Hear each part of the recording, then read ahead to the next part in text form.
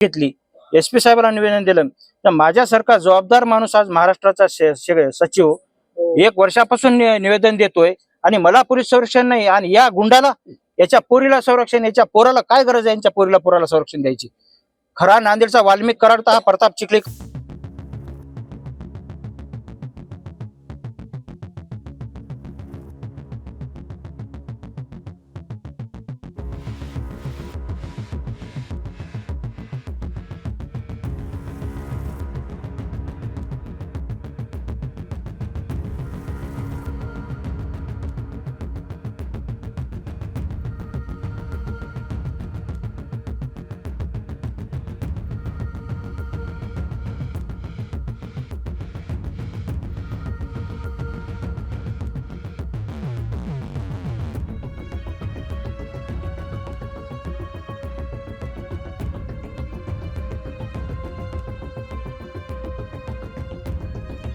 मागील 1 वर्षापासून प्रताप चिखलीकर, मोहन हंबर्डे यांच्याकडून माझं 2 करोड रुपये येणं होतं. मी वारंवार विनंती केली, ते मला त्रास देत होते, मानसिक आणि राजकीय सुद्धा.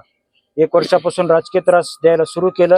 मग मी देवेंद्र फडणवीस साहेबांकडे निवेदन दिलं की माझ्या जीवाला धोका आहे, हे धमकी देतात, जीव मारण्याची धमकी देतो, तुला राजकारणातून संपवितो, बर्बाद करतो, अशा प्रकारची भाषा प्रताप चिखलीकरची होती आणि त्याला सपोर्ट मोहन हंबर्डेचा होता.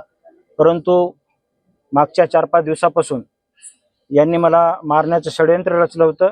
मी आज सकाळी घरून निघाल्या IG साहेबाला भेटायला जाणारच होतो, परंतु अचानक मध्यंतरी तलाठी साहेबाचा फोन आल्यामुळं मी गाडी टर्न केली आणि माझा हे पाठलाग सकाळपासूनच करत असल्याचं यांनी गाडीत बसल्यावर या आरोपींनी सांगितलं.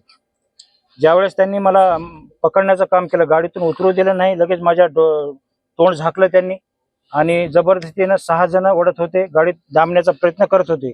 झटापटीमध्ये त्यांनी मला डोक्यात पाठीमागून मार दिला. मार दिल्यावर मी खाली मान केल्या त्यांनी मागच्या मधल्या सीटवर मला गाडीत कोंडलं आणि त्या ठिकाणाहून ते डोक्याला रिव्हॉल्वर लावले आणि त्या ठिकाणाहून कुठं घेऊन गेले हे अद्याप कळलं नाही. परंतु ज्यावेळेस त्या ठिकाणी नेलं, मला एका अशा अडचणीच्या ठिकाणी उतरलं तर पायाला स्पर्श होता काटे आणि दगडाचा. त्या ठिकाणी उतरून त्याने एका अज्ञात व्यक्तीला, आता कोण होता ते माहित नाही, पण परवीन चिखलीकरचा आवाज येत होता, त्याच्यात परवीन चिखलीकरचा आवाज होता.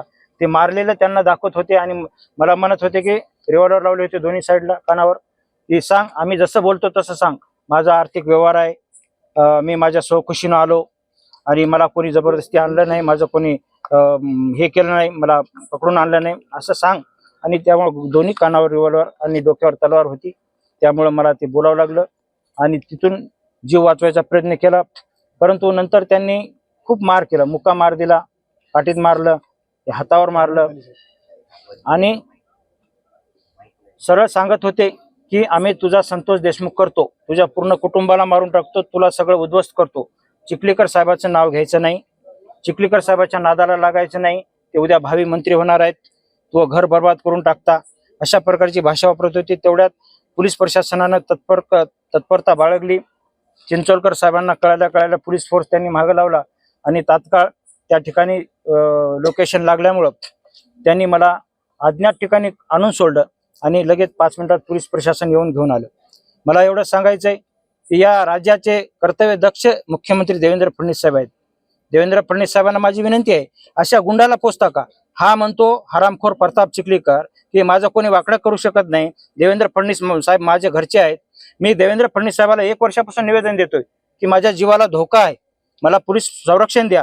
रश्मी शुक्ला मॅडम, पोलीस महासंचालक, यांना निवेदन दिलं. नांदेडच्या IG साहेबांची भेट घेतली, SP साहेबांना निवेदन दिलं.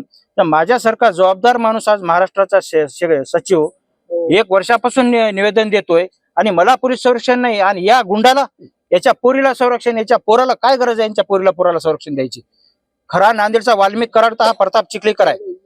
आज तुम्हाला सांगतो मी, FIR मध्ये तुम्ही फिर्यादीमध्ये यांचं नाव दिले, FIR मध्ये नाव Pratap Chikhlikar number 1, number 2 Parveen Chikhlikar, number 3 Mohan Hambarde यांचा 1 वर्षापासून आमचं जीवाला धमकी आहे. या मी अनेक वेळा पोलीस प्रशासनाला मागणी केली. आजच्या FIR मध्ये यांची तुम्ही नाव दिली आहे ना, FIR मध्ये नाव आले, प्रताप चिखलीकरचं नाव आहे. तुम्ही म्हणता की तुमचा 2 कोटी त्यांचा व्यवहार नेमका काय होता? तुमचा व्यवहार माझ्या कामाचा काही व्यवहार होता आणि ते व्यवहाराचा आणि याचा संबंध नव्हता.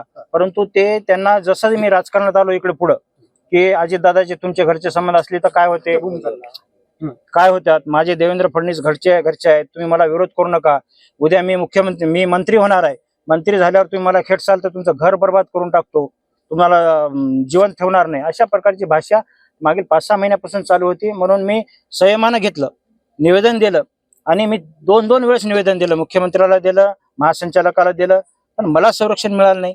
आज तुम्हाला सांगतो, यानं जमिनीवर कब्जे केलेत. माझं 3रं अपहरण आहे. पहिलं अपहरण त्या संतोष वडळेचं अपहरण करून त्याची बोटं तोडले.